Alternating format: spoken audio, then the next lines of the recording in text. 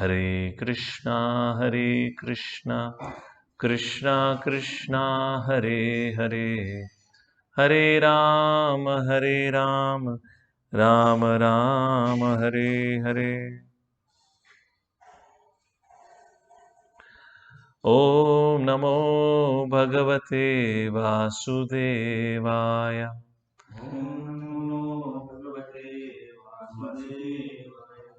ओम नमो भगवते वासुदेवाय। ओम नमो भगवते वासुदेवाय।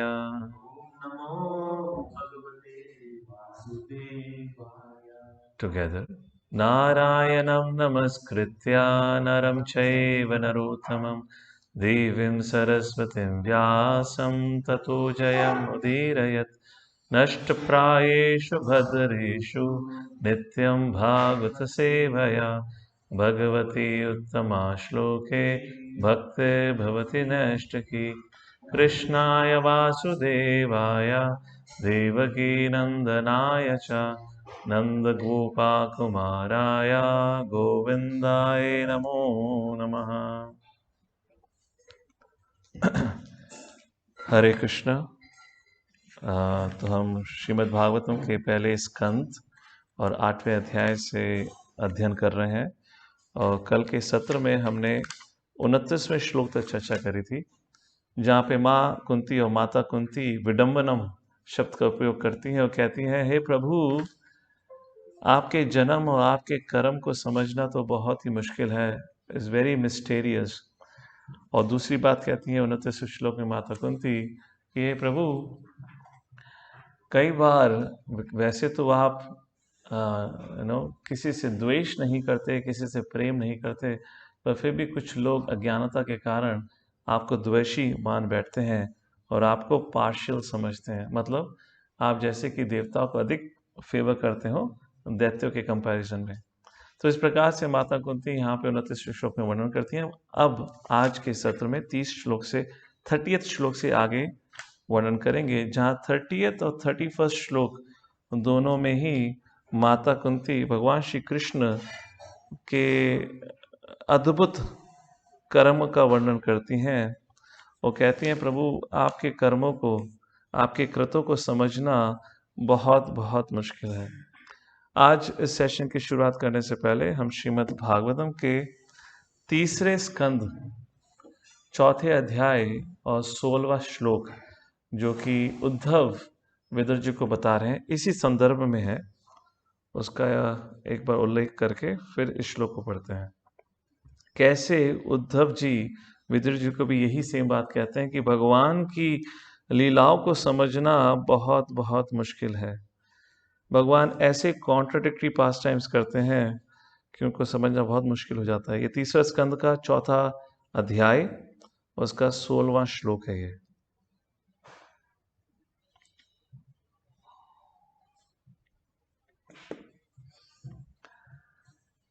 और उद्धव जी कहते हैं, कर्माणि अनीहस्य भवो भवस्यते दुर्गाश्रयोथारि भयात् पलायनम् कालात्मनो यत् प्रमदायुताश्रमः स्वात्मेन रथे खिद्यति धीर्विदाम हिया।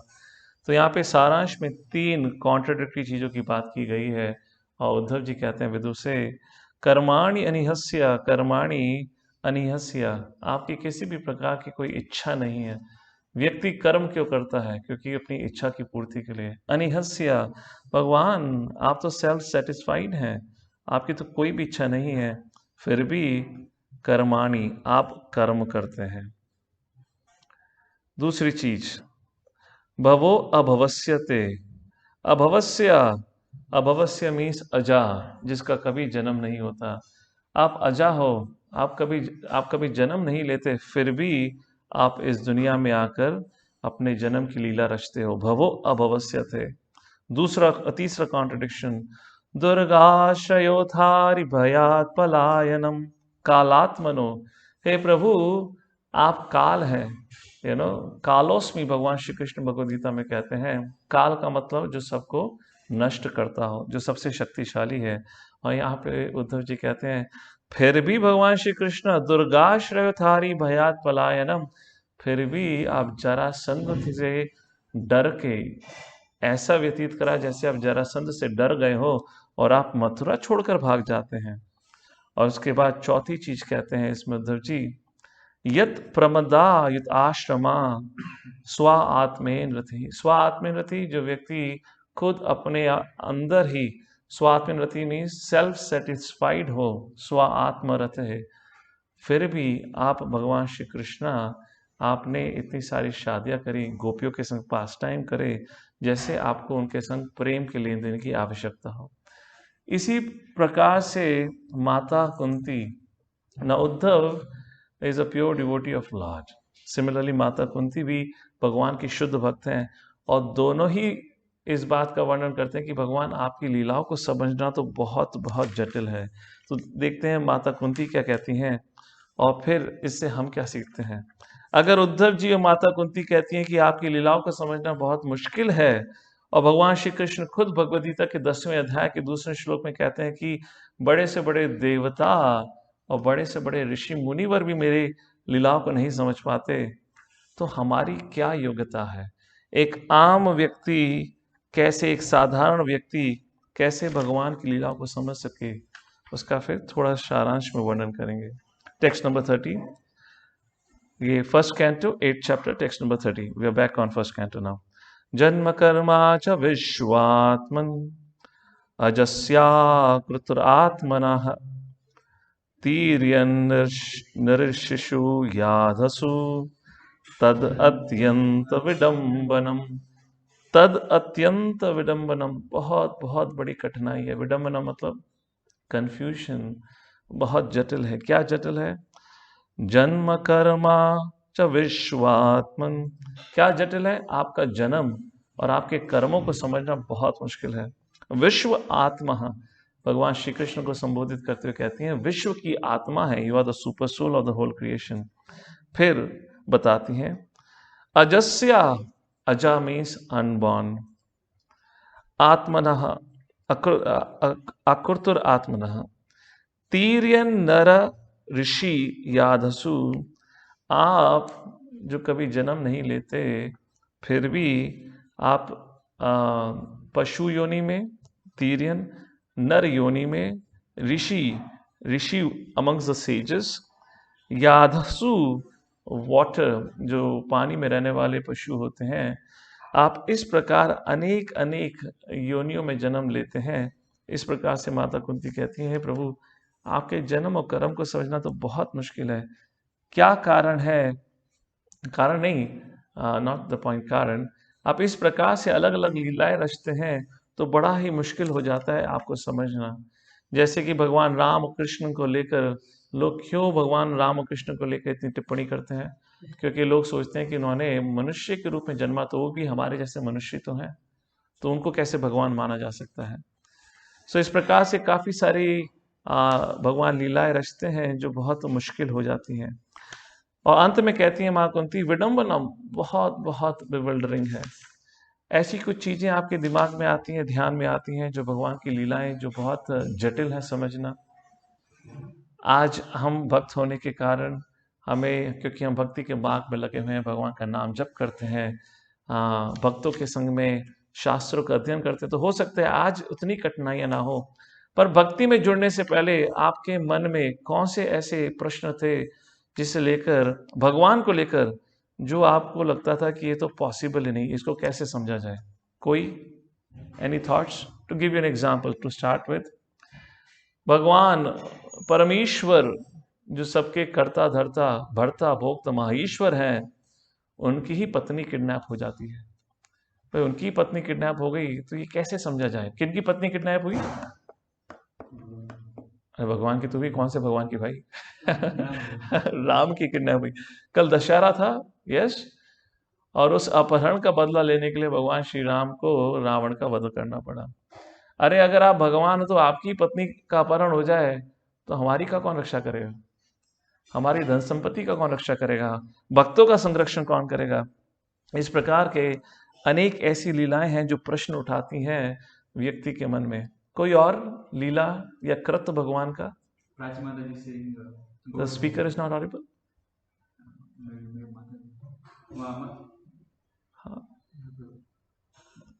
No speaker.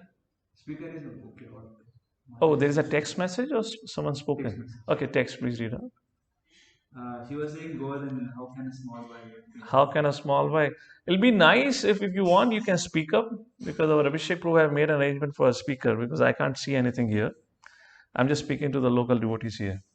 So, जैसे कि श्री राधा का विवाह कृष्ण के संग ना होकर Abhimanyu, right, was the name? There are two names given. Two different names are given. Abhimanyu के संग होता है, ऐसे कैसे पॉसिबल है? बहुत सारी चीजें इस प्रकार की। सो प्रभुपाद तात्पर्य के कुछ आखिरी लाइनों में बहुत खूबसूरत चीज कहते हैं। प्रभुपाद कहते हैं, अगर तात्पर्य के अंत में देखें, कि भगवान he cannot be, Krishna cannot be understood by Vedic knowledge, but he can easily be understood by the pure devotees because they are intimately related with him. इसका अर्थ क्या है? सारांश क्या है? सारांश ये है कि कोई व्यक्ति अपने ज्ञान के बल पर, नॉलेज अक्वायर करके भगवान को नहीं समझ सकता, क्योंकि आप जितनी ही नॉलेज अक्वायर करते हैं उतना ही कंट्रोवर्शियल होता जाता है, उतनी ही कंट्रोवर्सी उठती हैं। ऐसे कैसे? क्या भगवान ब्राह्मण है? क्या भगवान परमात्मा है? क्या भगवान स्वयं भगवान है? इस प्रकार के इत्यादि प्रकार के कई सारे संदेह मन में आते हैं। तो हम भगवान को कैसे समझ सकते हैं? प्रभुपाद कहते हैं, he can be easily understood by the pure devotees and he can be understood by those who are under the guidance of pure devotees. भगवान श्री कृष्ण भगवद गीता में इस बारे में बार बार चर्चा करते हैं। सबसे पहले तो चौथे अध्याय में चर्चा करते हैं भगवद गीता के, कि कैसे अगर आपको ये ट्रांसेंडेंटल नॉलेज, मतलब मेरे बारे में ज्ञान प्राप्त करना है, सही तरीके से मेरे बारे में ज्ञान प्राप्त करना है, तो आपको गुरु के आश्रय में जाना पड़ेगा। गुरु के आश्रय और आश्रम में जाना पड़ेगा। और गुरु का आश्रय कैसे लिया जाता है, कैसे ले सकते हैं, उसका वर्णन भगवान श्री कृष्ण भगवद गीता के 15वां अध्याय के 5वें श्लोक में करते हैं, जिसमें भगवान कहते हैं, निर्माण मोह जित संग दोषा अध्यात्म नित्या विनिवृत्त कामा द्वंद्वेर विमुक्ता सुख दुख स्मग्नेर। And what's the last line? अध्यात्म नहीं, I miss the last line. निर्माण मोह जित संग दोषा, व्यक्ति को तीन चीजें त्यागनी पड़ेंगी। पहले, he has to become freed from false pride. जब तक व्यक्ति के अंदर अहंकार है कि मैं भी कुछ हूं, तो वो दूसरे की शरण नहीं ले सकता। सोचिए, आप बताइए हाँ या ना।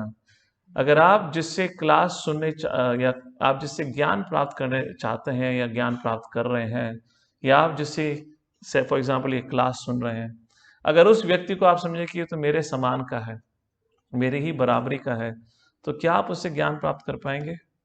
अगर आप वैदिक पद्धति को देखें तो हमेशा गुरु को या अध्यापक को या टीचर को, शिष्य को हमेशा एक ऊंचे आसन पर बिठाया जाता है और बच्चों को नीचे बिठाया जाता है। उसका कारण क्या है? हमेशा वो एक आदर सम्मान का एक वातावरण तैयार करने के लिए, क्योंकि मानसिक स्थिति ऐसी होती है व्यक्ति की, अगर सामने वाले, अगर वो गुरु को अपने समान समझ ले कि मेरे जैसा ही है, उसकी क्षमता भी उतनी है जितनी मेरी क्षमता है, तो जो ज्ञान प्राप्त करने का जो वो मार्ग होता है वो बंद हो जाता है। तो भगवान कहते हैं, निर्माण मोहा, सबसे पहले निर्माण, अपना फॉल्स प्राइड त्याग करो, फिर मोहा, इल्यूजन त्याग करो, और जित संग दोषा, फॉल्स एसोसिएशन त्याग करो, जो बॉडली कॉन्शियसनेस के ऊपर बेस्ड होती है। ये हमने हाल ही में भगवद गीता में विस्तार से चर्चा करा था, तो उस पर ज़्यादा डिटेल्स में नहीं जाएंगे, पर इन तीन चीज़ों को त्यागना, अहंकार, मोह, इल्यूशन। इल्यूशन क्या है? I am the controller, proprietor, enjoyer. And तीसरा, फॉल्स एसोसिएशंस, मतलब अपने शरीर से जुड़े हुए संबंधियों को, सगे संबंधियों को अपना मानना और आत्मा की नज़र से नहीं देखना। जब तक ये चीज़ नहीं करते, तब तक व्यक्ति सरेंडर, शरणागति नहीं ले सकता। फिर 31 श्लोक में माँ कुंती कहती हैं, और माँ कुंती इस समय 31 श्लोक में सबसे अनोखे और सबसे बिविल्डरिंग पास टाइम का वर्णन करती हैं। और ये पास टाइम के ऊपर ही आने वाला महीना है कार्तिक महीना, इस कार्तिक महीने में काफी अनेक लीलाएं हुई हैं, पर सबसे अनोखी और मधुर लीला जो है दामोदर लीला। उस लीला का वर्णन करती हुए कहती है मां कुंती, हे प्रभु, मैं कैसे समझूं कि एक गोपी ने गोपी आददे त्वयि कृताक्षी दाम तावद, उसने दाम मतलब रूप से आपको बांध दिया। और आपकी दशा कैसी थी उस समय? दशा आश्रु कलिंजन संभ्रमाक्षम, आप भयभीत हो रहे थे। आपकी आंखों में, जो आंखों में काजल लगा हुआ था, उस आंखों में भय के कारण आंसू आए हुए थे।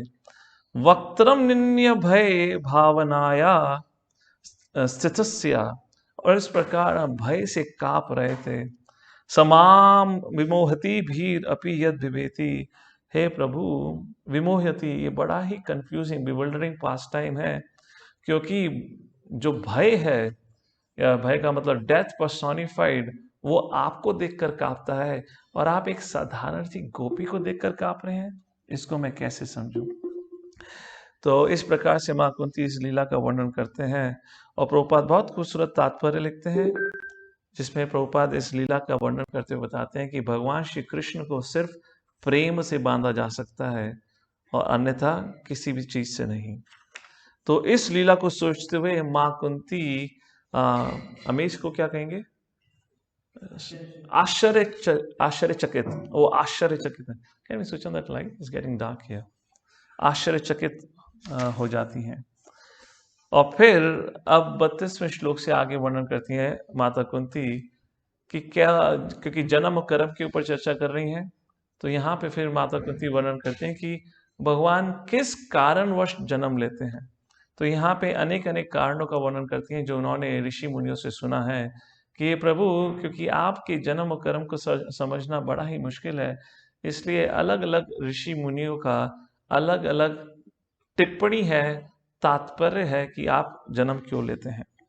तो यहाँ पे 4 कारण बताए गए हैं। पहला श्लोक, 32वें श्लोक में पहला कारण, केचिदाहुर अजम जातम पुण्य श्लोकस्य कीर्तये यदु प्रियस्यानुभवाय मलस्येवा चंदनम। केचिदाहुर अजम जातम, कितना ही आश्चर्यचकित है कि अजम जो जन्म ना ले, जातम जन्म लेता है। पहला कारण किसके लिए? पुण्य श्लोकस्य कीर्तये, बताया गया है कि आप जो पायस राजा, जो पायस किंग्स हैं, उनकी महिमा, उनकी ग्लोरीज बढ़ाने के लिए आप जन्म लेते हैं। तो कौन वो पायस किंग जिसका वर्णन किया जा रहा है? यदुः प्रियस्य अनभवाय, अनभवाय प्रियस्य यदु, यदु के, यदु को प्रसन्न करने के लिए। कौन यदु? किस यदु का वर्णन हो रहा है यहाँ पर? यहाँ पे बात हो रही है युधिष्ठिर महाराज। युधिष्ठिर महाराज के गुणगान, युधिष्ठिर महाराज की महिमा को बढ़ाने के लिए कई लोग कहते हैं कि आप इसलिए आप जन्म लेते हैं, आप इस धरती पे प्रकट होते हैं। 33rd वर्स, दूसरा कारण क्यों भगवान जन्म लेते हैं। अलग अलग लोगों की अलग अलग मान्यता है, तो ये दूसरा कारण है। अपरे वसुदेवस्य, अपरे मतलब कुछ और लोग कहते हैं, अपरे वसुदेवस्य देवकायां याचितो भयगात् अजस्त्वम् अस्य क्षेमाय वधाय च सुरद्विषाम्। तो कुछ लोग कहते हैं कि आप वसुदेव और देवकी की प्रार्थनाओं से प्रसन्न होकर आपने इस दुनिया में जन्म लिया या अवतरित हुए। वसुदेव और देवकी अपने पिछले जीवन में सुतापा एंड प्रश्निगर्भा के नाम से जाने जाते थे, जिन्होंने अपने पिछले जन्म में बहुत कड़ी तपस्या कर भगवान को प्रसन्न करके उनसे ये वरदान मांगा था कि भगवान उनसे जन्म लें। तो ये दूसरा कारण। फिर आगे बताती हैं माता कुंती इसी श्लोक में, अजस्त्वमस्य क्षेमाय, क्षेमाय मतलब वेलफेयर, आप अपने भक्तों का भला करने के लिए इस दुनिया में अवतरित होते हैं। और कैसे भला करते हैं? वधाया च सुरदुषाम, जो असुर होते हैं, जो भक्तों के जीवन में विघ्न डालते हैं, परेशानियां डालते हैं, उनका वध करके। अब 34 श्लोक, भारावतारा नायन्ये भुवो नवा इवो ददौ सिद्धन्त्या भूरि भारेण जातो ही आत्मा भुवार्तितः।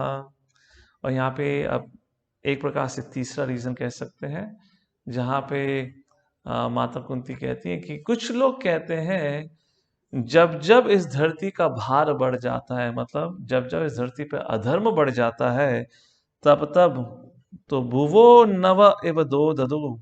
नव का मतलब होता है नाव, बोट।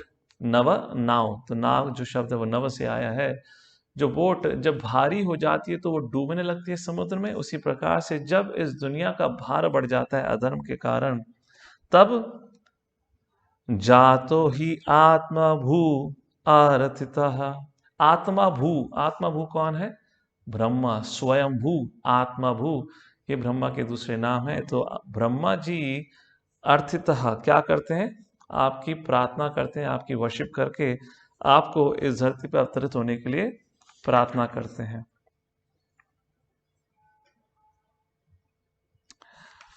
तो इसका सारांश में, तात्पर्य में बहुत खूबसूरत तरीके से बताया किस प्रकार से ये होता है। हम आगे चलते हैं अभी। और फिर 35वें श्लोक में माता कुंती चौथा कारण बताती हैं, जिसको आचार्यवर सबसे महत्वपूर्ण और एक तरीके से इकलौता कारण कहते हैं, जिस कारण भगवान श्री कृष्ण गोलोक वृंदावन से इस दुनिया में अवतरित होते हैं। क्यों? क्योंकि अगर ब्रह्मा की प्रार्थना को सुनकर इस दुनिया का भार कम करना है तो भगवान को आने की जरूरत नहीं है, भगवान अपने किसी अंश को भेज सकते हैं। अगर वसुदेव देवकी की प्रार्थना को पूर्ण करना है और भक्तों का संरक्षण करना है, तो भगवान मीन्स उनसे तो अनेक अनेक अवतार निकलते हैं, तो किसी और अवतार को भेज सकते हैं। और अगर युधिष्ठिर महाराज का गुणगान करना है तो भगवान को आने की जरूरत नहीं है। भगवान क्यों आते हैं? महत्वपूर्ण और इकलौता कारण, जिसको आचार्यवर कहते हैं रियल रीजन है, वो 35वें श्लोक में बताया गया है। भवेस्मिन् क्लिश्यमानानाम् अविद्या काम कर्म भी श्रवणा स्मरणाराणी कर्ष्यन् इति केचन। कर्ष्यन् इति केचन, केवल इस कारण आते हैं। किस कारण? भक्ति को एस्टैब्लिश करने के लिए। भक्ति कैसी भक्ति? श्रवण स्मरण अर्हाणि। श्रवण स्मरण, श्रवण मीन्स सुनना, स्मरण मीन्स याद करना, अर्हानि मीन्स भगवान की आराधना पूजा करना। इन चीजों को एस्टैब्लिश करने के लिए भगवान अवतरित होते हैं। क्यों भगवान को इन चीजों की एस्टैब्लिश करने की क्या आवश्यकता है? वो पहले दो लाइनों में बताया गया है। Can you open this? जहां पे माता कुंती कहती हैं भवेस्मिन् क्लिश्यमाना नाम, इस दुनिया में क्लिश्यमाना नाम, सब जीव बड़े ही दुखी हैं। क्यों दुखी हैं? दुखी के 3 कारण हैं। अविद्या, दूसरी लाइन में बताया गया है, अज्ञानता जिसका मतलब काम, भौतिक इच्छाएं, और कर्म भी।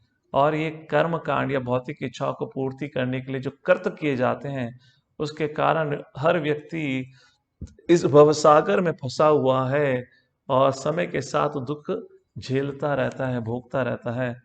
उस व्यक्ति को इस भवसागर से बचाने के लिए या मुक्त करने के लिए भगवान श्री कृष्ण इस दुनिया में आते हैं, भक्ति की स्थापना करने के लिए। कैसे स्थापना?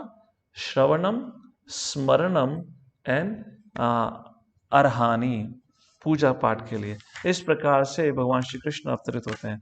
सो that is the main reason. इस प्रकार से माता कुंती इस बारे में चर्चा करती हैं।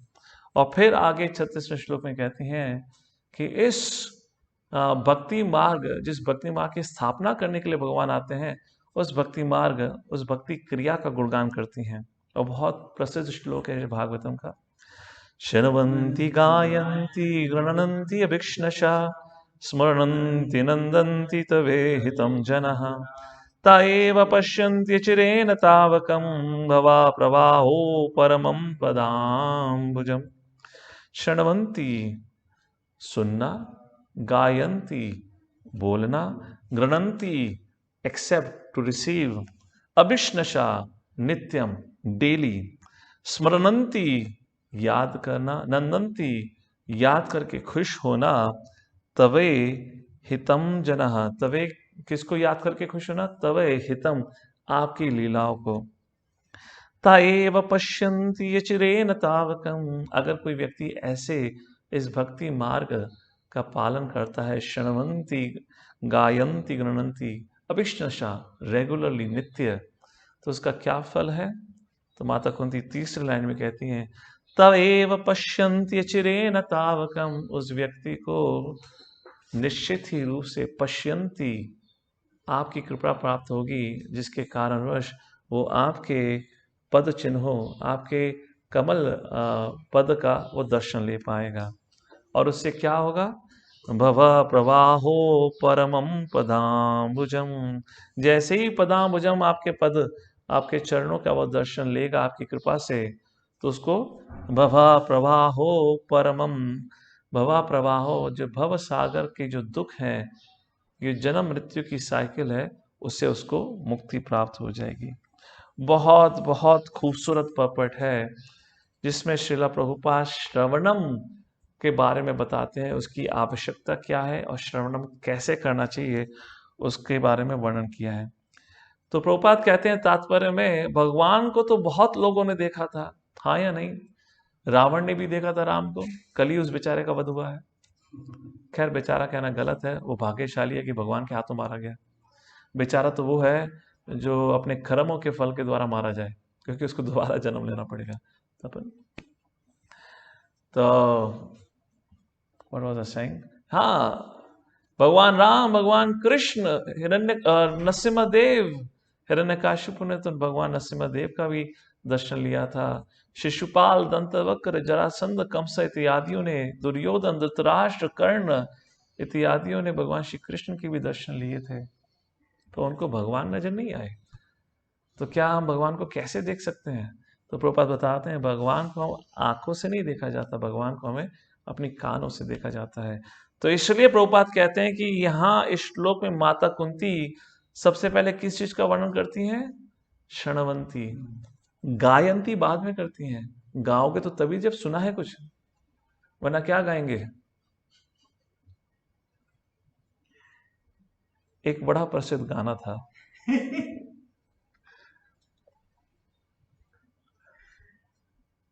I was really enchanting. I remember I was in a school days.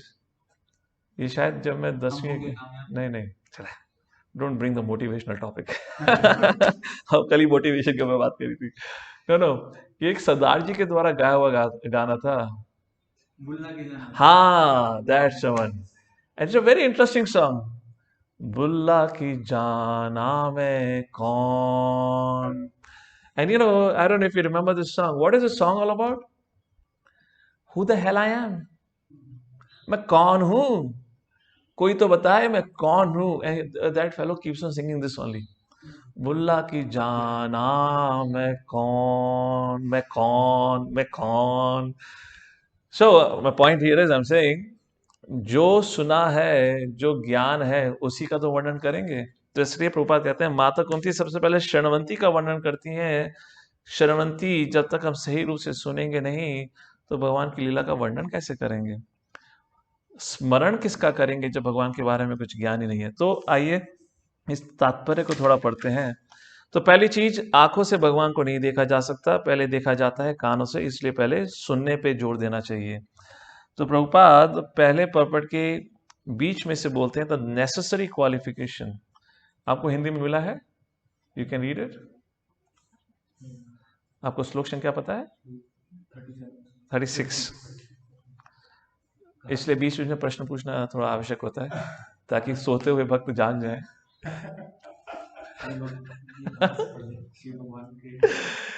The necessary qualification is developed by the process of devotional service only, beginning with hearing about the Lord from the right sources.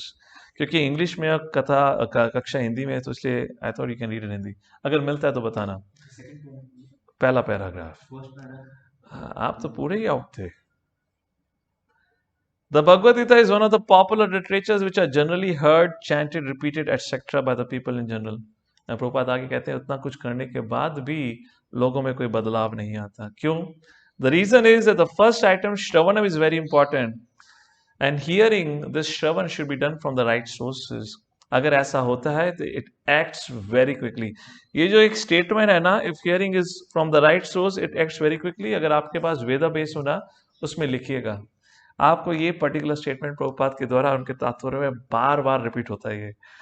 if hearing is from the right sources, now what is the meaning of hearing from the right sources? मतलब जो आपके संग भगवान की लीला का वर्णन कर रहा है, भगवान का शिक्षा दे रहा है ज्ञान का, सबसे पहले उस व्यक्ति को अपने जीवन में भी उसका पालन करना चाहिए।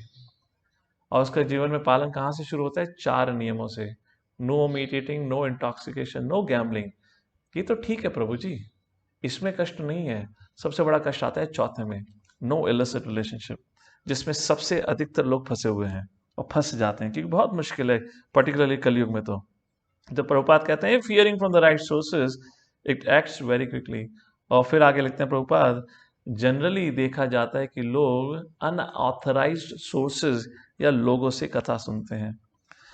ऐसे लोग हो सकता है ज्ञान में बड़े ही उच्च श्रेणी के हों, उनको बहुत ज्ञान हो, नॉलेज हो, और बहुत ही अलग अलग तरीके से फैशनेबली, बड़े अलग अलग तरीके से, बड़े आकर्षित रूप से वो भगवान की लीलाओं और शिक्षाओं का वर्णन भी करते हो, पर उससे कुछ फायदा नहीं होगा। It's a pure wastage of time. Yes और no? Think about it. Prabhupada के द्वारा लिखी हुई गीता और प्रभुपाद के द्वारा जो दिए गए लेक्चर्स हैं, सोचिए उससे कैसी दुनिया ट्रांसफॉर्म हुई। और ट्रांसफॉर्म होने वाले कौन थे? वो लोग थे जो पशु से भी बदतर जीवन जी रहे थे। भाई पशु भी किसी प्रकार के नियम के अनुसार तो आहार निद्रा भय मैथुन करता है, सीजन के अनुसार करता है, समय के अनुसार आहार करता है, निद्रा लेता है। और वो पशु, मतलब पशु नहीं, मतलब वो मनुष्य जो हिप्पीज थे, वो किस प्रकार का जीवन जीते थे उस समय? पशुओं से भी बदतर। और प्रभुपाद की गीता और प्रभुपाद की जो वाणी थी, उससे उनके हृदय में भी बदलाव हो गया। तो ये जो बात है प्रभुपाद इसलिए बता रहे हैं कि बहुत महत्वपूर्ण है। अगर हम किसी अरे गहरे, मतलब हो सकता है बहुत ज्ञानी हो, पर उसके व्यवहार, उसके कैरेक्टर के बारे में हमें कुछ ज्ञान नहीं है, वो किस प्रकार भगवान की भक्ति करता है उसके बारे में हमें समझ नहीं है, तो it's a share wastage of time. और आज की तारीख में तो ये बहुत महत्वपूर्ण है सब्जेक्ट मैटर। ये प्रभुपाद कब कह रहे हैं? ये कह रहे हैं 1970 में। आपका इंटरनेट था तब? Facebook, YouTube, WhatsApp, no social media. TV था तब? टीवी था 1970 में। 1980 में टीवी आया। 1970 में टीवी नहीं था। आपका मीडिया ऑफ कम्युनिकेशन क्या था? सिर्फ किताबें थी। Only medium of communication was the books.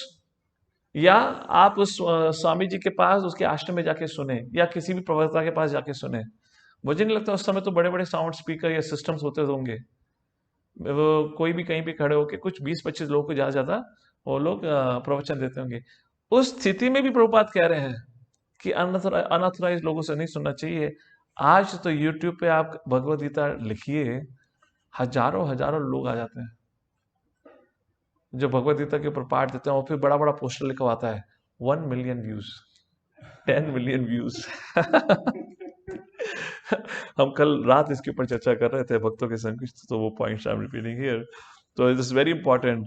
Please do not fall trap to the idea of because somebody has a huge following on social media, then definitely he's a pure devotee. Not at all. मैं आपसे सिर्फ 2 चीज इसके बारे में वर्णन करता हूँ। कल हम इस बारे में डिवोटी से चर्चा कर रहे थे। ये जो फैन फॉलोइंग होती है, this is all because of one's karma, past karma, pious activities. हाँ, एक भक्त की भी फैन फॉलोइंग हो सकती है, उसमें कुछ गलत नहीं है। बट अगर किसी व्यक्ति की फैन फॉलोइंग है तो इसका मतलब ये नहीं कि वो बहुत अच्छा भक्त है। अगर आप आज इंटरनेट पे देखेंगे, ऐसे बहुत लोग हैं जिनकी फैन फॉलोइंग बहुत अधिक है, जहाँ तक कि हमारे कुछ वरिष्ठ भक्तों से भी कंपैरिजन करा जाए। जैसे मैं कल वर्णन करा था, अगर आज शिला प्रभुपाद होते, आज इस टेक्नोलॉजी के टाइम पे, और आज शिला प्रभुपाद के लेक्चर्स होते लाइव या ऑनलाइन होते, तो डू यू थिंक वो वायरल होता? हार्डली वायरल होता। क्यों? क्योंकि शिला प्रभुपाद स्पोक द ट्रुथ। और कभी ट्रुथ वायरल नहीं होता। क्या वायरल होता है? या तो जोक, या हस्बैंड वाइफ के रिलेशनशिप की वर्णन, या बॉयफ्रेंड गर्लफ्रेंड के बारे में वर्णन, इत्यादि प्रकार की चीजों में वायरल होता है, या कंट्रोवर्सीज वायरल होती हैं। Srila Prabhupada spoke the truth, spoke about that Krishna is the supreme personality Godhead, you should surrender. ऐसी कभी भी कोई चीज वायरल नहीं होती, अगर वायरल भी होती तो भक्त समाज के बीच में, बाहर के लोगों के बीच में नहीं। तो इस चीज से थोड़ा ध्यान देना चाहिए। इस चीज को प्रभुपाद यहाँ कह रहे हैं कि अनऑथराइज सोर्सेज से नहीं सुनना चाहिए। और हमारे लिए ऑथराइज और अनऑथराइज क्या होता है? ज्यादातर लोगों के लिए ऑथराइज अनऑथराइज होता है फैन फॉलोइंग। कितने लोग क्लास में आते हैं, कितने लोग उसके यूट्यूब चैनल को देखते हैं, या कितने लोगों ने वीडियोस को लाइक करा। तो it has become a big trap in today's time. और दूसरे पैराग्राफ में प्रभुपाद सेलेक्टिव हियरिंग के बारे में कहते हैं। प्रभुपाद कहते हैं कुछ लोग होते हैं जो भगवान की लीलाओं का वर्णन सुनना चाहते हैं, बट केवल एक लीला सुनना चाहते हैं। वो कौन सी लीला है? भगवान श्री कृष्ण की गोपी की संग लीला, रास लीला। प्रभुपाद कहते हैं आगे, जो लोग केवल उस लीला को सुनना चाहते हैं, वो ये दर्शाता है कि वो अपनी काम वासना को पूर्ण करना चाहते हैं, क्योंकि उस दृश्य से उस लीला को सुनना चाहते हैं। इस प्रकार से अगर कोई व्यक्ति भगवान की लीला को सुनता है तो उसका कोई फायदा नहीं होगा। इसलिए प्रभुपाद कहते हैं भगवान, अगर भगवान के बारे में जानना है तो हमें भगवान के बारे में शुरू से सुनना चाहिए। मतलब श्रीमद् भागवतम के पहले स्कंद के पहले अध्याय के पहले श्लोक से सुनना चाहिए, तब 10वें स्कंद में आना चाहिए। और तब 10वें स्कंद की ऐसी जो बड़ी ही कॉन्फिडेंशियल लीला है, फिर उसका वर्णन सुनना चाहिए। आप में से कोई कह सकता है, भाई प्रभु जी आप भी तो 10वें स्कंद से वर्णन कर रहे हो। जी हाँ, हम 10वें स्कंद से वर्णन कर रहे हैं, पर कहाँ से वर्णन कर रहे हैं? द्वारका लीला से। हमने पहले भगवान की बाल लीलाओं का वर्णन करा, और उसके बाद बाल लीलाओं का वर्णन करा, and we had not discuss the confidential pastimes. और अगर आप आज लीला का वर्णन भी कर रहे हैं 10वें स्कंद में, तो वो द्वारका लीला के आगे का वर्णन है। So in that way we are not contradicting. फिर टेक्स्ट नंबर 37, माँ कुंती कहती हैं भगवान श्री कृष्ण से, हे प्रभु आप हमें छोड़कर जा रहे हैं। भगवान श्री कृष्ण, भाई द्वारका में मुझे कुछ काम है। तो माँ कुंती कहती हैं 37वें श्लोक में, प्रभु आपको कैसा काम, आप तो स्वकृत हिता मीन्स आपके काम तो अपने आप ही हो जाते हैं। तो 37वें श्लोक में माता कहती हैं, प्रभु आपको कहीं जाने की जरूरत नहीं है, क्योंकि आपके काम तो स्वयं हो जाते हैं। आप हमारी दशा को समझिए, हम आप पर पूर्ण रूप से निर्भर हैं। अगर आप चले गए तो हमारा क्या होगा? और आखिरी बात कहती है माता कुंती श्लोक में कि प्रभु युद्ध समाप्त हुआ है, पर दुश्मन समाप्त नहीं हुए। Very interesting point. All the enemies have been killed, पर फिर भी माता कुंती कहती हैं, हे प्रभु अभी भी दुश्मन खत्म नहीं हुए। क्यों? क्योंकि आप जितने भी दुश्मनों के संग इस भौतिक दुनिया में लड़ोगे, और दुश्मन पैदा होते हैं। कैसे? अब भाई सभी थोड़ा सगे संबंधी मारे गए हैं, किसी का भाई मारा गया है, किसी के पिता मारे गए हैं, किसी के ताऊ मारे गए हैं, और जितने लोग बच गए हैं, जो क्षत्रिय हैं, जितने लोग क्षत्रिय बच गए हैं, अब वो युधिष्ठिर से बदला लेना चाहेंगे अपने सगे संबंधियों की मृत्यु का। तो इस प्रकार से माता कुंती इसमें कहती हैं, हमें आपकी शरणागति, हमें आपकी we are dependent on you, हमारे पास आपके अलावा कोई और सहारा नहीं है। सो बहुत इंटरेस्टिंग पर्पट है, again the very very important purports, जहाँ पे शिला प्रभुपाद कहते हैं भगवान पे डिपेंडेंट होने का मतलब क्या है। भगवान पे डिपेंडेंट होने का मतलब ये नहीं कि व्यक्ति खुद आलसी हो जाए, पहली चीज। और दूसरी चीज, भगवान पर निर्भर होने का मतलब ये नहीं, जो व्यक्ति भगवान पर निर्भर होता है अपने संरक्षण के लिए, अपनी हर चीज के लिए, वो बेचारा एक बार से निर्बल है, वो पढ़ा लिखा नहीं है, he is a failure in the society, क्योंकि वो अपने पैरों पे नहीं खड़ा हो सकता, कुछ नहीं कर सकता, इसलिए मंदिर जाता है। सुना है ये? For example when I took up this life, काफी लोग बोलते थे, क्या हुआ भाई, प्रोफेशनल लाइफ में सक्सेस नहीं मिली, एजुकेशन पूर्ण नहीं हुई? ये सेकेंडरी रीजन है। द फोरमोस्ट रीजन वाज लड़की छोड़ के भाग गई। सो लाइक भगवान के अवतरित होने के 3-4 रीजन है। तो जब एक व्यक्ति ब्रह्मचारी आश्रम ज्वाइन करता है, तो ये लोगों के 3-4 रीजन है अपनी अपनी सोच के अनुसार। तो उसमें सबसे प्रमुख रीजन वो लोग सोचते हैं, क्या तुम्हारी गर्लफ्रेंड छोड़ के भाग गई? तो यहाँ पे प्रभुपाद तात्पर्य लिखते हैं, बहुत खूबसूरत बात बताते हैं कि पांडव जो है वो सर्वश्रेष्ठ है। युधिष्ठिर, धर्मराज, भीम से शक्तिशाली कोई नहीं, अर्जुन से बड़ा धनुधारी कोई नहीं, फिर भी वो पूर्ण रूप से भगवान पर निर्भर थे। तो इस प्रकार से प्रभुपाद इसमें वर्णन कर, दूसरी चीज का वर्णन करते हैं, भौतिक बीमारी का वर्णन करते हैं प्रभुपाद। और भौतिक बीमारी क्या है? वो है इंडिपेंडेंट मेंटालिटी। व्यक्ति इंडिपेंडेंट होना चाहता है, सोचता है मुझे भगवान की आवश्यकता नहीं है। और यहाँ पे प्रभुपाद बताते हैं the highest achievement of perfect civilization is to do their best and simultaneously stay fully dependent on the Lord. Pandavas were highly qualified both by personal character and physical activities. Still, they always looked for the mercy of the Lord because they knew that every living being is dependent by constitutional position. A very important statement now.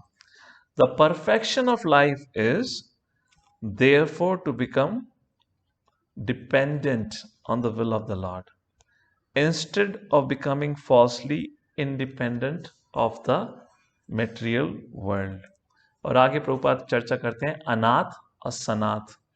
जो लोग भगवान से दूर रहते हैं, जो लोग भगवान को नकारते हैं, अपने आप को इंडिपेंडेंट समझते हैं या प्रूव करना चाहते हैं, प्रभुपाद कहते हैं वो अनाथ हैं। उनका संरक्षण, उनकी रक्षा करने वाला कोई नहीं। और जो भक्त होते हैं, जो भगवान की शरण में रहते हैं, वो सनाथ हैं, मतलब वो हमेशा भगवान के आश्रय में रहते हैं। इस प्रकार से भक्त हमेशा खुश रहते हैं, कैसी भी विपदा क्यों ना है, कैसी भी स्थिति क्यों ना हो। Text number 38।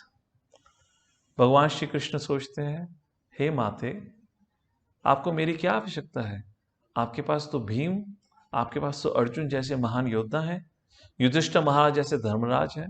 सो माता कुंती अब 38वां श्लोक बोलती हैं, अगर भगवान ऐसा सोचें तो उसको काउंटर आर्ग्यू करने के लिए, के वयम नाम रूपाभ्याम यदुभि सह पांडवः बहवतो दर्शनम यरहि ऋषिकानामिवेशितुः।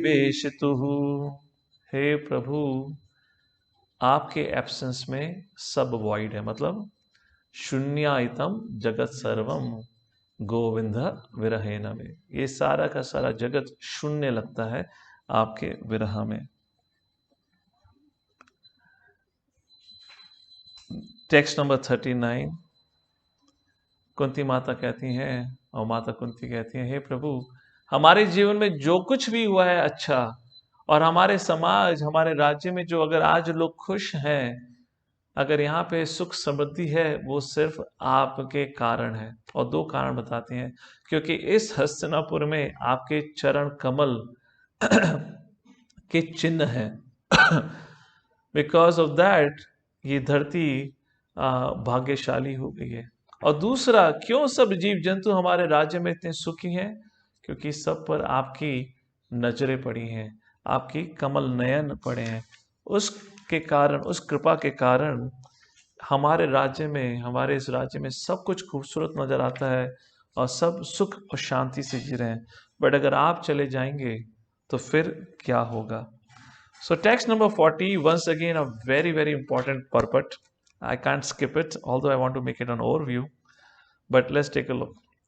इमे जना पधा श्रद्धा सुपकावौषधि विरुढ़ा वनादरी नदी उदन्वंतो ही एधन्ते तव वीक्षिता। तो यहाँ पे माता कुंती भगवान के ग्लैंसेस का वर्णन करती हैं कि कैसे हम सब का जीवन भाग्यशाली हो गया क्योंकि आपके नयन कमल हमारे ऊपर पड़े हैं। प्रभुपाद तात्पर्य में लिखते हैं, जैसे माता कुंती कह रही है, हमारे जीवन में सुख समृद्धि किसके कारण है? भगवान के कारण है ना।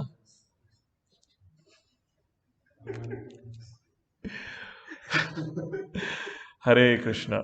तो हमारे जीवन में, मनुष्य के जीवन में सुख समृद्धि भगवान के कारण है। इसका मतलब क्या है? क्या केवल कुंती के जीवन में, पांडवों के जीवन में? नहीं। ईशोपनिषद के इन्वोकेशन में कहा गया है, ओम पूर्णम अधा पूर्णत पूर्णत पूर्णमुदच्यते पूर्णस्य पूर्णमादाय पूर्णमेवावशिष्यते। उसका मतलब क्या है? भगवान संपूर्ण है और संपूर्ण होने के साथ साथ भगवान से जितना भी एक्सपेंशन होता है वो अपने में संपूर्ण है। इस धरती पर सुख शांति से जीने के लिए भगवान ने संपूर्ण साधन का प्रयोजन किया हुआ है हमारे लिए।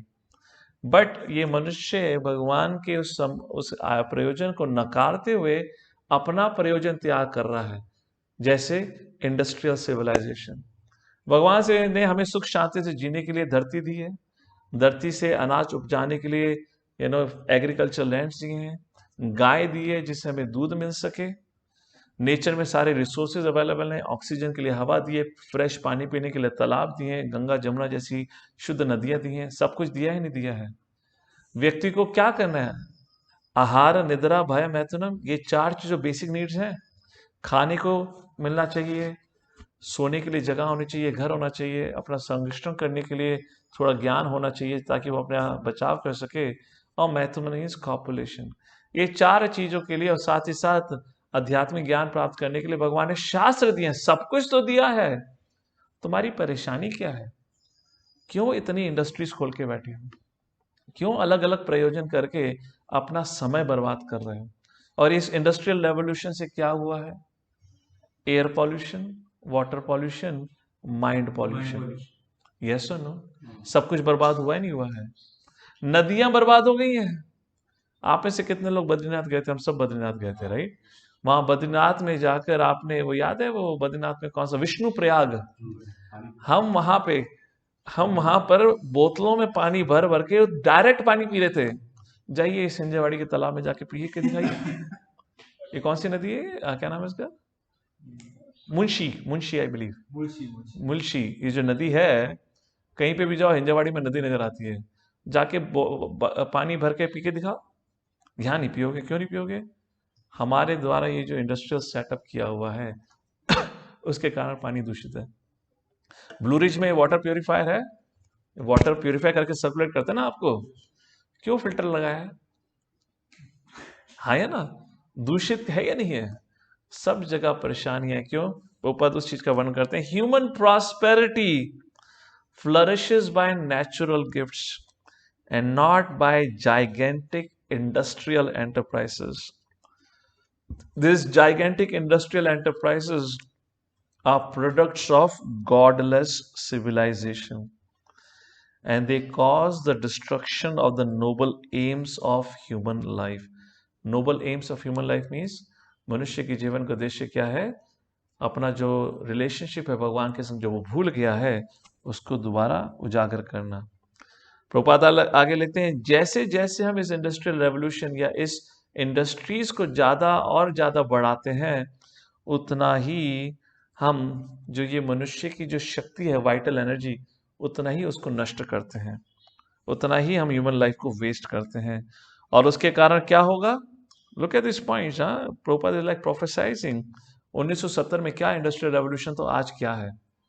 कोई कंपैरिजन कर सकता है? उस समय तो फिर भी लोग खेती बाड़ी किया करते थे, कई लोगों के घर पे गाय थी।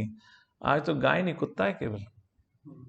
कुत्ता नहीं तो स्कूल कहते हैं, स्कूटर, मोटर बाइक, सब इस प्रकार की चीजें हैं। प्रभुपाद कहते हैं, the more there will be unrest and dissatisfaction of the people in general, although a few only can live lavishly by exploitation। मतलब जन समुदाय में अधिकतर लोग दुखी रहेंगे, डिससैटिस्फाइड रहेंगे, सिर्फ कुछ गिने चुने लोग सुखी रहेंगे। सुखी मतलब दे वुड लिव लेविशली, बड़े सुख साधन का जीवन व्यतीत करेंगे दूसरों को एक्सप्लॉइट करके। यस और no? Is that what is happening today? Do you agree? Do you see this point? This is what the whole industrial enterprise is, and that's what Prabhupada says। तो इसलिए आज की तारीख में forest retreats have become very famous। और forest retreat किसके लिए famous हो गई है? शहर में रहने वाले पशुओं के लिए। यस और नो? जो शहर में रहने वाले पशु, मतलब what is that Mahabharata verse? आहार निद्रा भय मैथुनम च सामान्यमेव तत् पशुभिः नरनाम धर्मो ही तेषम अधिको विशेषो धर्मेण हीना पशुभिः समाना। जो धर्म का पालन नहीं करता, धर्म के मार्ग पे नहीं चलता, वो कैसा है? पशु के समान है। आज कौन धर्म का पालन करता है? तो मैंने गलत नहीं कहा ना? तो शहर में रहने वाले पशु, उनको फॉरेस्ट रिट्रीट का बड़ा ही शौक है। क्यों? क्योंकि ऐसे कॉन्क्रीट जंगल्स में रह रह के लोग परेशान हो गए हैं। और जो बेचारे मनुष्य जंगल में रह रहे हैं, आज के प्रोपोगेंडा के कारण उनको कंक्रीट के जंगल बड़े पसंद आते हैं। हाँ है ना, वो वहां से यहाँ माइग्रेट कर रहे हैं। और हर कोई व्यक्ति जिसके पास पैसा है सोचता है काश मैं एक गेस्ट हाउस बनाऊं। कहाँ? जंगल में। लोनावला में जमीन खरीदूं। महाबलेश्वर में एक जमीन होनी चाहिए जहां मेरा एक बंगला हो। कहाँ? पेड़ों के बीच में। आजू बाजू मोर हो, कुछ जंगली जानवर हो, तो भाई बहन वाला रिश्ता स्थापित हो दोबारा। You know, that's the whole thing. Ultimately we find happiness in the nature. 41वां श्लोक। तो इस प्रकार से जब माँ कुंती भगवान से प्रार्थना करती हैं तो माँ कुंती के मन में थोड़ा सा दुख या चिंता उठती है और बोलती हैं, अरे मैं कैसी स्त्री हूं, मेरे सामने भगवान खड़े हैं, फिर भी मैं अपने सगे संबंधियों की चिंता करके बैठी हूँ। यहाँ या ना, अभी तक क्या कह रही हैं? आप चले जाओगे तो मेरे बच्चों का क्या होगा, मेरे समाज का क्या होगा, मेरे बच्चे तो आप पे निर्भर है, मैं भी आप पे निर्भर हूँ। तो माता अभी भी अपने bodily conscious in the sense जो मुझसे जुड़े हुए लोग हैं उनकी चिंता करने में लगी हुई हैं।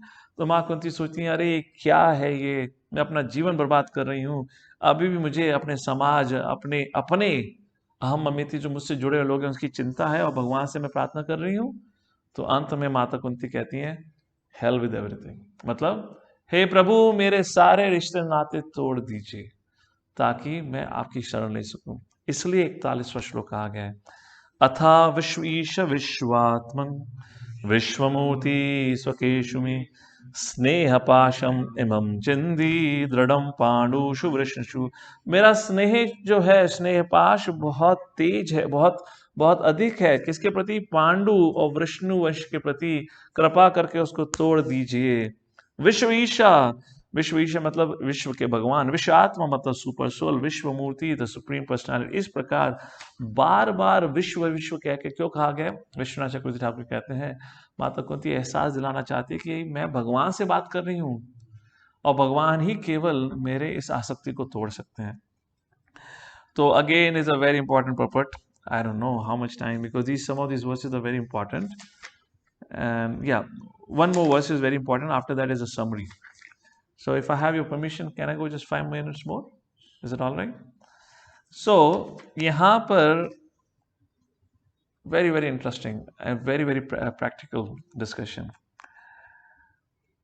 माता कुंती प्रार्थना कर रही हैं कि मेरा जो आसक्ति है मेरे सगे संबंधी और समाज से वो तोड़ दीजिए। तो प्रभुपाद तात्पर्य में बात करते हैं, ये कट ऑफ फैमिली टाइज जिसका बात करा गया है, यू नो, स्नेह पाशम दृढ़म स्नेह पाशम इमम चिंदी, मेरे जो ये आसक्ति है उसको तोड़ दीजिए। इसका मतलब क्या है और इसकी आवश्यकता क्या है? That's the point. शिला प्रभुपाद ने करा या नहीं? यस और नो? और शिला प्रभुपाद के लिए आसान था? यस और नो? नो। शिला प्रभुपाद के सपने में जब वो गृहस्थी थे, सपने में बार बार भक्ति सिद्धांत सरस्वती ठाकुर आके कह रहे हैं जाओ जाओ सन्यास लो। प्रभुपाद ना, नहीं लूंगा। सन्यास लो ना, नहीं लूंगा, क्योंकि बहुत तपस्या वाला मार्ग होता है सन्यास का। फिर भगवान ने क्या करा? मुझे नहीं पता प्रभुपाद ने प्रेयर करी नहीं करी, पर भगवान ने अपने आप ही उनके जो पत्नी के प्रति, बच्चों के प्रति जो चिंता थी उसको एक बारी में खत्म करी। करा नहीं करा? वो पास्ट टाइम है ना, जहाँ उनकी पत्नी वो प्रभुपाद की मैन्युस्क्रिप्ट्स को रद्दी वाले को देकर आ जाती हैं और उससे कुछ लक्ष्मी लेकर चाय खरीदती हैं या चाय के बिस्किट खरीदती हैं जो भी हैं। और प्रभुपाद बोले Abhay Charan De at that time, enough is enough. तो है ही नहीं है भगवान की कृपा? ऐसा नो। तो इस प्रकार से यू नो प्रभुपाद आगे तात्पर्य में लिखते हैं, a pure devotee of the Lord is ashamed. सबसे पहली बात कहते हैं कि जो शुद्ध भक्त होता है वो भगवान से अपने लिए कुछ भी मांगने के लिए हमेशा बड़ा शर्मिंदा रहता है। उसको शर्म आती है अपने मांगने के लिए। वो सिर्फ क्या मांगता है? हे प्रभु मैं आपकी सेवा कैसे कर सकता हूँ। तो इसलिए पहली बात प्रभुपाद लिखते हैं, इसलिए माता कुंती को बड़ा बुरा लगा ये बोलते हुए। दूसरी बात, सेकेंड पैराग्राफ थोड़ा हिंदी में पढ़ते हैं ये।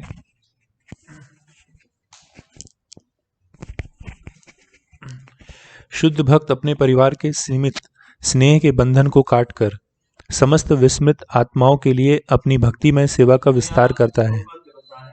क्यों आवश्यक है ब्रह्मचारी आश्रम ज्वाइन करना, संन्यास जीवन का पालन करना, क्यों आवश्यक है उसका वर्णन।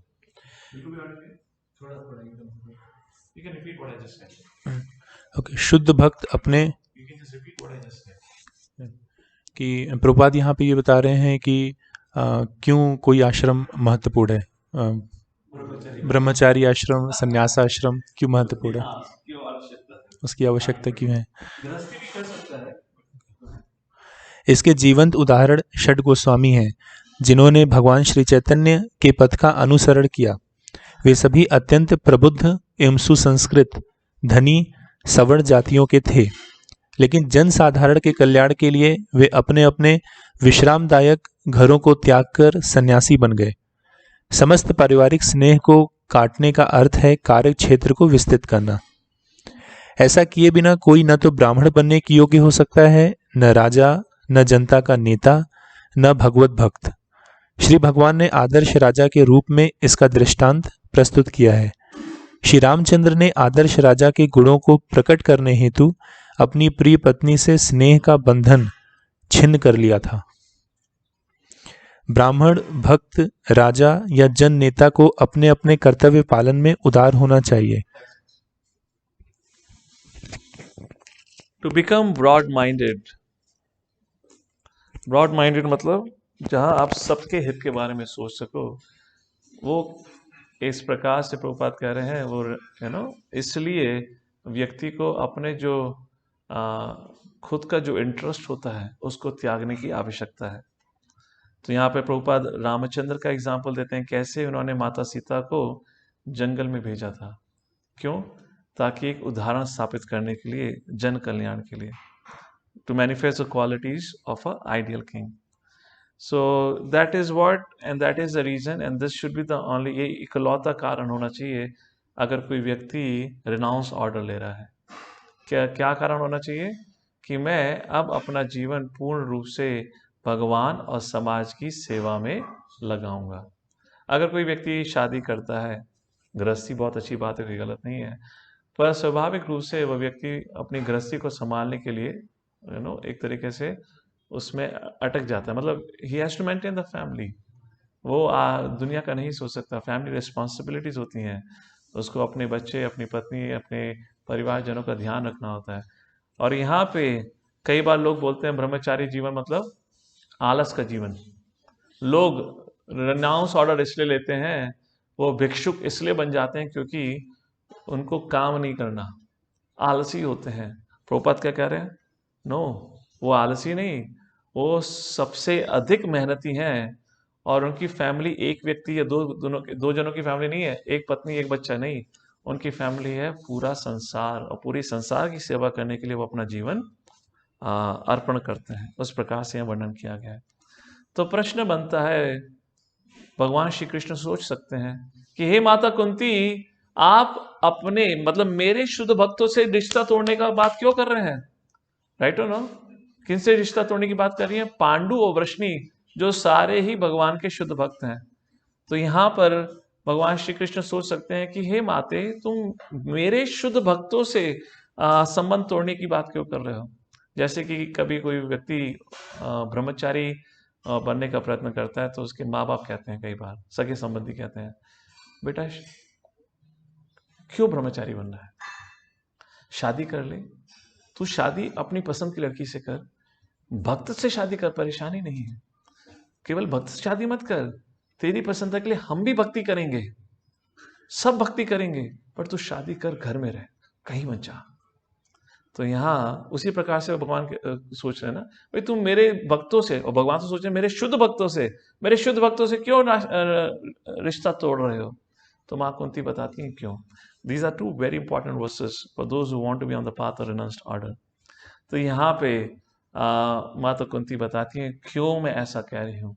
उसका एक ही कारण है, त्वयि में अनन्या विषया मते मधुपते सकृत रतिमुद्वतादद्धा गंगैवोगम उदन्वती। जैसे गंगा जाकर समुद्र में मिलती है, वैसे ही मेरी जो ये मानसिक स्थिति है या सोच है, वो सिर्फ आप पर ही हमेशा ध्यान केंद्र कर सके। Let my attraction be constantly drawn unto you without being diverted to anyone else. त्वयि में अनन्या विषया मति मधुपते, जो मेरी मति है वो सिर्फ आपके प्रति एकजुट आकर्षित रह सके, इसलिए भगवान मैं अपने जो सभी सगे संबंधी उनसे रिश्ता तोड़ना चाहती हूँ। इस प्रकार से यहाँ पे वर्णन किया गया है। I'll make this as a last point. इस तात्पर्य में कुछ महत्वपूर्ण बात की गई है, फिर आगे वर्णन कल करेंगे। तो प्रभुपाद यहाँ बताते हैं, बहुत खूबसूरत चीज कहते हैं कि व्यक्ति को कुछ छोड़ना नहीं है, उसको डवटेल करना है। जैसे भक्ति का मार्ग सिखाता है कि इच्छाओं को नहीं छोड़ना, बल्कि इच्छाओं को भगवान में लगाना है। तो मतलब क्या है? You don't have to give up anything. You have to change the objective. एक आम व्यक्ति का ऑब्जेक्टिव क्या होता है? उसका उद्देश्य क्या होता है जीवन का?